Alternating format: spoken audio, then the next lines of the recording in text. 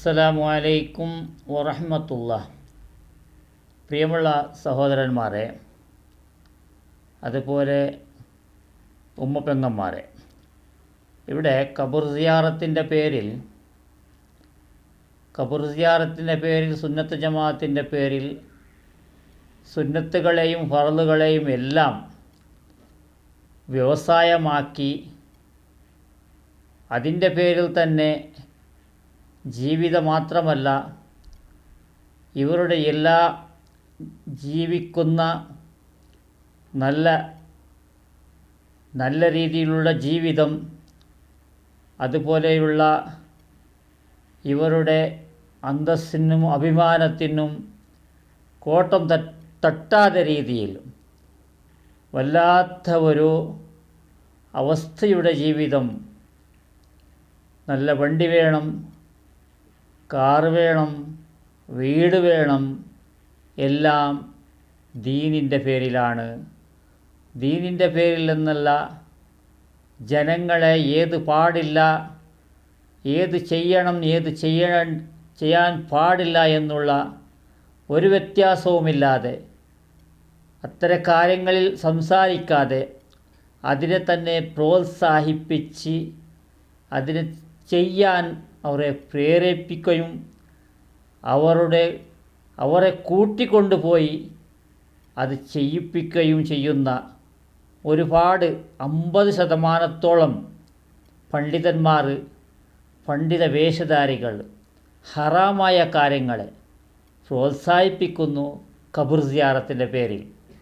അതാണ് ഇവിടെ നിങ്ങൾക്ക് ഖബറിൻ്റെ അടുത്ത് പോയി കാട്ടിക്കൂട്ടുന്ന അവസ്ഥകൾ ഒന്ന് കാണണം സഹോദരന്മാരെ.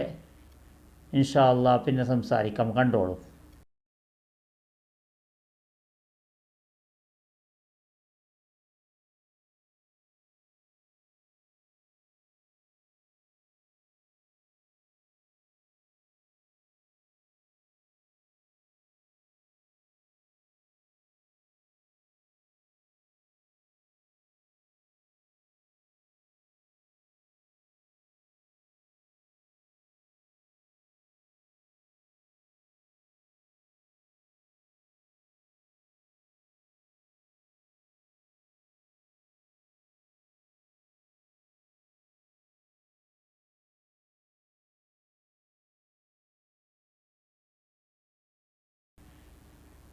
ബഹുമാനമുള്ളവരെ, ഇത്തരക്കാർ, ഈ പണ്ഡിത വേഷധാരികൾ ഇത്തരം കാര്യങ്ങളെ പ്രോത്സാഹിപ്പിക്കാൻ കാരണം ഇവർക്ക് അന്തസ്സായ ജീവിതം വേണു എന്നുള്ള ഒറ്റ കാരണം കൊണ്ട് ജീവിക്കാൻ മടിയന്മാരായി, ജോലി ചെയ്യാൻ മടിയന്മാരായി, അന്തസ്സിൻ്റെ ജീവിതത്തിന് വേണ്ടി ഇവർ ചെയ്യുന്ന കാര്യങ്ങൾ. ഇതിൽ ഒരുപാട് സെക്ഷനുകളുണ്ട്. പറയുമ്പോൾ ഇത് ഇവിടെ സുജൂദിട്ടത് കൊണ്ട് ഇവർക്ക് എന്താണ് ജീവിതത്തിന് ലാഭം എന്ന് കരുതുന്നവരുണ്ടാകാം. ഇതുപോലെ സുജൂദിടാനും, ഇതുപോലെ അവിടെ സിയാറത്ത് ചെയ്യാനും, അതുപോലെ ലൈറ്റ് കത്തിക്കാനും എല്ലാം പ്രോത്സാഹിപ്പിക്കുന്നതിൻ്റെ ഒരു മറയാണ് ഇവരുടെ ജീവിതം. ഒരുപാട് സെക്ഷനുകളുണ്ട് എന്ന് പറഞ്ഞാൽ, ഇതുപോലെ ചെയ്യുന്നവരുണ്ടെങ്കിലല്ലേ ഇവർക്ക് ടൂറ് പോകാൻ കഴിയും. സിയാറത്ത് ടൂർ എന്ന പേരിൽ സ്ത്രീകളെ കൊണ്ടുപോകാൻ കഴിയും. പുരുഷന്മാരെ ഇവർ കൊണ്ടുപോവുകയില്ല. ഒരു 10% മാത്രമുണ്ടാവും. ഒരു 50 പേർ 500 പേർ പോകുന്നെങ്കിൽ ഒരു 10-20 പുരുഷന്മാർ, അത്ര വയസ്സന്മാരായ ആൾക്കാർ, ഇവരെ കൊണ്ട് ഒരു പ്രയോജനവുമില്ല. എന്ന് പറഞ്ഞാൽ ഇവർക്ക് ചിലവ് ചെയ്യാനുള്ള പണം കൊടുക്കാനുള്ള കഴിവുണ്ടാവുകയില്ല. സ്ത്രീകൾക്ക് അതിൻ്റെ ബുദ്ധിമുട്ട് അറിയുന്നതല്ല. ഈ കഷ്ടപ്പെട്ട് ഉണ്ടാക്കുന്നവൻ്റെ ബുദ്ധിമുട്ട് ഇവർക്കറിയുകയില്ല. ഇവർ വീട്ടു ചെലവിൻ്റെ പേരിൽ 10 ഇരട്ടി പണം വരുത്തിച്ച് ഗൾഫിൽ നിന്ന് ഇതുപോലെയുള്ള ആൾക്കാരെ കൂടെ പോയി സിയാറത്ത് ചെയ്ത് അവിടെ കാട്ടിക്കൂട്ടുന്ന രീതി, ഇപ്പോൾ ഞാൻ കാണിച്ച് അവിടെ പോയിട്ടുണ്ടെന്നല്ല, അവിടെ കാണിച്ച ആ രീതിയിൽ ചെയ്യാൻ വേണ്ടി ഇവർ പ്രോത്സാഹിപ്പിക്കുന്നത് ഇവർക്ക് ഓരോ കാരണം പറഞ്ഞും കൊണ്ട് ടൂറ് പോകാനും സിയാറത്ത്, അതിൻ്റെ നേർച്ച, അതിൻ്റെ പാർച്ച, ഇതുപോലെയുള്ള ഒട്ടനവധി അതൊരു വ്യവസായമാണ് മൊത്തത്തിൽ. അതുകൊണ്ട് സഹോദരന്മാരെ എനിക്ക് പറയാനുള്ളത്, കഷ്ടപ്പെട്ട് ജീവിക്കുന്നവർ, കഷ്ടപ്പെട്ട് പണിയെടുത്ത് കച്ചവടം ചെയ്ത് ജീവിക്കുന്നവർ വീട്ടിലേക്ക് ചെലവിന് അയക്കുന്നതിലും ഒരു പരിമിതി വേണം. നിങ്ങൾക്കും ഒരു കണക്ക് വേണം. എത്രയാണ്, എന്താണ്. അതല്ലെങ്കിൽ സ്ത്രീകൾ പറഞ്ഞതെല്ലാം കേട്ട് ഇവർ പകൽ മുഴുവനും ഉള്ളത് പച്ചത്തട്ടമിട്ടവരുടെ കൂടെയാണ്, അതുപോലെ സിയാറത്ത് ടൂറുകളുടെ കൂടെയാണ്. ആരാണ് വിളിക്കുന്നത് എന്ന് കാത്തിരിക്കുകയാണ്. അതല്ലെങ്കിൽ ചെറിയതായിരിക്കുന്ന ഒരു തലവേദനയോ ഒരു പനിയോ വന്നാൽ പോകുന്നത് കണക്ക് പറയുന്ന അടുത്തും, അതുപോലെ അസ്മാൻ്റെ പണി, അതുപോലെ ചികിത്സ, ഇതുപോലെയുള്ളത്. ഇവർക്ക് ടെൻഷൻ ഇത് മാത്രമാണ്. അവിടെ ഉണ്ടാക്കി നയിച്ചുണ്ടാക്കുന്ന, ജോലി ചെയ്ത് കഷ്ടപ്പെട്ട് ഉണ്ടാക്കുന്ന അത് ഒന്നും ഇവർ അറിയേണ്ടതില്ല, നിങ്ങൾ അറിയിക്കുന്നുമില്ല. അവർക്കത് അറിയാത്ത രീതിയിലാണ് നിങ്ങൾ ചെയ്യുന്നത്. അവരെ ബുദ്ധിമുട്ടിക്കരുത് എന്ന് അവരോട് ഇഷ്ടത്തോടും, ആ ഇഷ്ടം സ്വന്തം മക്കൾക്ക് വേണ്ടി ചെലവ് ചെയ്യാൻ അവരോട് പറയണം. സഹോദരന്മാരെ, കണ്ടതെല്ലാം കേട്ടതെല്ലാം കൊടുക്കാൻ പോയാൽ അവസാനം നമുക്ക് ഒന്നും ഉണ്ടാവുകയില്ല. ഇവർ ചെയ്യുന്ന ഓരോ മജ്‌ലിസാകട്ടെ, സിയാറത്താകട്ടെ, ഏത് ആകട്ടെ, ഇവരുടെ ഓരോരുത്തരുടെ ജീവിതത്തിന് വേണ്ടി എന്ന് എന്തുകൊണ്ട് മനസ്സിലാകുന്നില്ല? എന്തുകൊണ്ട് മനസ്സിലാകുന്നില്ല? നമ്മളിപ്പോൾ ജീവിക്കുന്നില്ലേ ഓരോരുത്തരുടെ ജീവിതം? നമ്മുടെ ഫാമിലിക്ക് വേണ്ടി നമ്മൾ കഷ്ടപ്പെടുന്നു, ജോലി ചെയ്യുന്നു, കച്ചവടം ചെയ്യുന്നു. അതുപോലെ അവർ ചെയ്യുന്നത് അവരുടെ ജീവിതത്തിന് വേണ്ടി എല്ലാവരുടെ പണത്തെ വിശ്വസിച്ച്, എല്ലാവരും പണം തരുന്നു, ഇവർ വിശ്വസിച്ച് തരുന്നു എന്നുള്ള ആ വിശ്വാസത്തോടു കൂടെയാണ് ഇവർ ഹറാമായ കാര്യങ്ങളെ അവർ പറഞ്ഞു തരുന്നതും ചെയ്യിപ്പിക്കുന്നതും. അതുപോലെ മജ്‌ലിസ് ഇതെല്ലാം ചെയ്യേണ്ട ആവശ്യമില്ല. ദീൻ അത്യാവശ്യ കാര്യങ്ങളെ പഠിപ്പിക്കുക എന്നല്ലാതെ, അത്യാവശ്യ കാര്യങ്ങൾ ചെയ്യിപ്പിക്കുക എന്നല്ലാതെ, സ്വലാത്ത് പറയാൻ ഒരു പറമ്പ് വേണമെന്നോ അതുപോലെയുള്ള മജ്‌ലിസ് വേണമെന്നോ അതൊന്നുമില്ല. അത് പുരുഷന്മാരായ നിങ്ങൾക്കുണ്ടോ? എന്തുകൊണ്ട് നിങ്ങൾ ആലോചിക്കുന്നില്ല? നിങ്ങൾക്ക് സമയമുണ്ടോ അതിന് പോകാൻ? അതുപോലെ നമ്മുടെ വീട്ടുകാരൻ ശീലിപ്പിച്ചാൽ ഒരു നയാ പൈസ പോലും ഇവർ അടിച്ചു മാറ്റുകയില്ല. ഇവർ അത്യാവശ്യത്തിന് ഇവർ പള്ളി ജോലി ചെയ്യുകയാണെങ്കിൽ, അതല്ലെങ്കിൽ മദ്രസ എടുക്കുകയാണെങ്കിൽ, അതല്ലെങ്കിൽ പ്രസംഗിച്ച് നല്ല രീതിയിൽ ദീനിനെ ബോധ്യപ്പെടുത്തി കൊടുക്കുകയാണെങ്കിൽ, ദീൻ പഠിപ്പിക്കുകയാണെങ്കിൽ അതിൻ്റെ സംഭാവന നമ്മൾ അവർക്ക് കൊടുക്കണം. മദ്രസ എടുക്കുന്ന ഒരു ഉസ്താദിനാണെങ്കിലും നല്ല രീതിയിൽ ശമ്പളം കൊടുക്കണം. ഇവർ അതല്ല ഇപ്പോൾ ചെയ്യുന്നത്.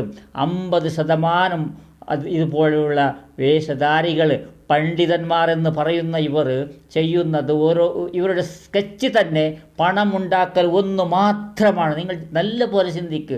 ഈ ഗൾഫിലുള്ള ഒരുപാട് സഹോദരന്മാർ നമ്മുടെ വീഡിയോകൾ കാണുന്നവരുണ്ട്. അതുകൊണ്ടാണ് ഇത്രയും എനിക്ക് പറയാനുള്ളത്. നമ്മളും കഷ്ടപ്പെട്ട് കച്ചവടം ചെയ്ത് ജീവിക്കുന്നവരാണ്. ദീനിൻ്റെ പേര് പറഞ്ഞ് പണമുണ്ടാക്കുന്നവരല്ല സഹോദരന്മാരെ.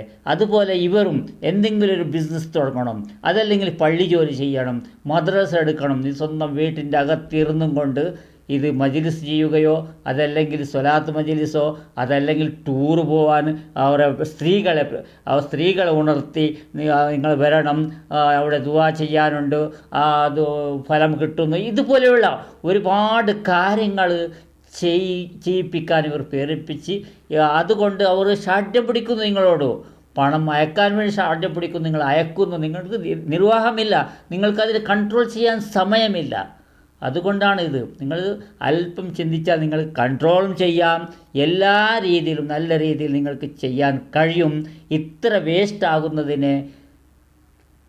വേസ്റ്റാക്കാത്ത രീതിയിൽ, വേസ്റ്റിലേക്ക് പോകാത്ത രീതിയിൽ അവർക്ക് അത്യാവശ്യമുള്ള കാര്യമാണെങ്കിൽ നമ്മൾ ചെയ്തു കൊടുക്കാം എന്നല്ലാതെ അവർ വെറുതെ ഒരു ഡുംഡുമ്മു പെപ്പെപ്പെ എന്നുള്ള പറഞ്ഞ് എന്തെല്ലാം മ്യൂസിക്കുകളിട്ട്, അതുപോലെയുള്ള ഈ വണ്ടി ഡ്രൈവിംഗ് ചെയ്യാൻ ഒരാൾ, അതുപോലെ ക്യാമറ പിടിക്കാൻ ഒരാൾ, ഇതിനെല്ലാം പോറ്റി വളർത്തുന്നത് പാവങ്ങളായ നിങ്ങൾ നയിച്ചുണ്ടാക്കിയ പണത്തിന് സ്ത്രീകൾക്ക് കൊടുത്ത് അവരെ മുഖേന അവർക്കത് എത്തിച്ചു കൊടുക്കുന്നത് കൊണ്ടാണ്. ഇതെല്ലാം ദീനിൽ ആവശ്യമുള്ളതാണോ? എന്തുകൊണ്ട് ചിന്തിക്കുന്നില്ല? ദീനിൽ അത്യാവശ്യമുള്ള കാര്യം ഇബാദത്തെടുക്കാൻ വേണ്ടി അവരെ പ്രോത്സാഹിപ്പിക്കാം, അതുമാത്രമാണ്. അത് പറഞ്ഞു കൊടുക്കേണ്ടതാണ്, അതിനെ പ്രസംഗിച്ച് കൊടുക്കേണ്ടതാണ്. നിങ്ങൾ കണ്ടല്ലോ, ഈ കഴിഞ്ഞ നോമ്പിൽ ഏതെങ്കിലും ഒരു ഉസ്താദ് സ്വതക്കൻ്റെ വിഷയം പറഞ്ഞിട്ടുണ്ടോ സഹോദരന്മാരെ? മുതലിൻ്റെ സക്കാത്തിൻ്റെ വിഷയം പറഞ്ഞിട്ടുണ്ടോ? മുതലിൻ്റെ സക്കാത്ത് പറഞ്ഞിട്ട് എവിടെയെങ്കിലും നിങ്ങൾ കേട്ടോ? എത്ര ഉസ്താദന്മാർ പറഞ്ഞു എന്ന് നിങ്ങൾ സെർച്ച് ചെയ്ത് നോക്കൂ. എവിടെയെങ്കിലും കേട്ടിട്ടുണ്ടാകും? ഇല്ല, കേട്ടിട്ടില്ല. മുതലിൻ്റെ സക്കാത്ത് അവർ പറയുകയില്ല. അത് ഫർളായ കാര്യമാണ്, അത്യാവശ്യമായതാണ്.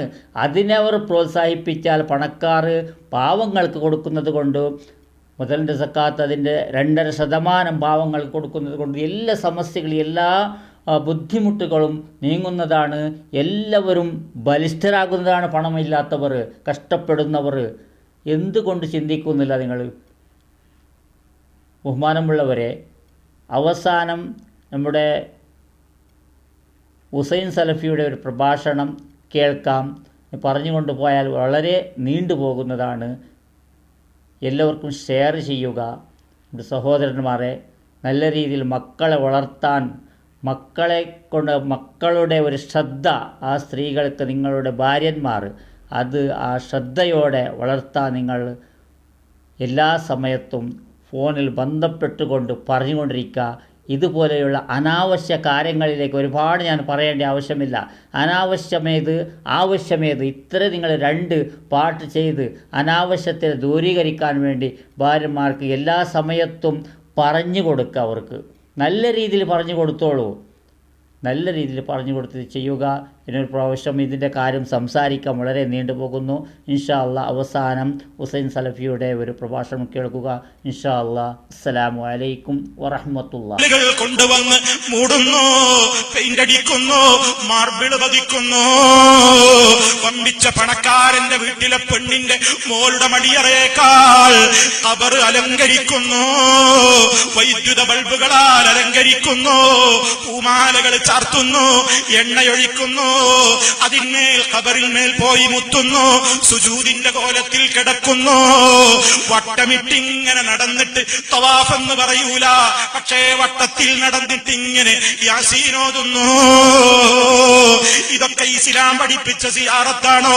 അതേ അവസരത്തിൽ നമ്മുടെ ഉമ്മമാര് മരിച്ചു കിടക്കുന്ന ഖബറുകളില്ലേ, ഉപ്പമാരുടെ ഖബറുകളില്ലേ, ബന്ധുക്കളുടേതും അല്ലാത്തതുമായ പൊതു ഖബർസ്ഥാനുകളില്ലേ, പള്ളിക്കാടുകളിൽ അതാ മൈലാഞ്ചി ചെടികൾക്കിടയിൽ, കുറ്റിക്കാടുകൾക്കിടയിൽ ആരാരും ശ്രദ്ധിക്കപ്പെടാതെ കിടക്കുന്ന ആയിരക്കണക്കിന് മയ്യത്തുകൾ അടക്കം ചെയ്തിട്ടുള്ള ഖബർസ്ഥാനുകളുടെ സമീപത്തെത്തുമ്പോ ഈ ചീറിപ്പായുന്ന മോട്ടോർ സൈക്കിളിലൂടെയാണെങ്കിലും നിന്റെ കാറിലൂടെയാണെങ്കിലും എവിടെയാണെങ്കിലും അവിടെ ഒന്ന് ബ്രേക്കിട്ട് നിർത്തിയിട്ട് അതിന്റെ നേരേക്കൊന്ന് തിരിഞ്ഞിട്ട് അസ്സലാമു അലൈക്കും അഹ്ലദ്ദിയാരി മിനൽ മുഅ്മിനീന വൽ മുസ്ലിമീൻ വഇന്നാ ഇൻഷാ അല്ലാഹു തആല ബിക്കും ലലാഹിഖൂൻ നസ്അലുല്ലാഹ ലനാ വലക്കുമുൽ ആഫിയ അൻതും സലഫുനാ വനഹ്നു ബിൽ അസർ. നിങ്ങൾക്ക് സമാധാനമുണ്ടാകട്ടെ എന്ന് അവരുടെ രക്ഷയ്ക്ക് വേണ്ടി തേടുന്നു. നമ്മുടെ കാര്യം പറയുന്നു. എന്താ നമ്മുടെ കാര്യം? ഞങ്ങളും അധികം താമസിയാതെ നിങ്ങളെത്തിയ മണ്ണറക്കാട്ടിലേക്ക്, ഒരാളുടെയും സഹായമില്ലാത്ത ലോകത്തേക്ക് ഞങ്ങളും വരേണ്ടവർ തന്നെ എന്ന ചിന്തയുണ്ടാക്കാൻ വേണ്ടി നീ ഖബർ പോയി കണ്ടോ എന്ന് നബി സല്ലല്ലാഹു അലൈഹി വസല്ലം പറഞ്ഞില്ലേ? ആ സിയാറത്ത് മുജാഹിദുകൾ എതിർത്തിട്ടില്ല.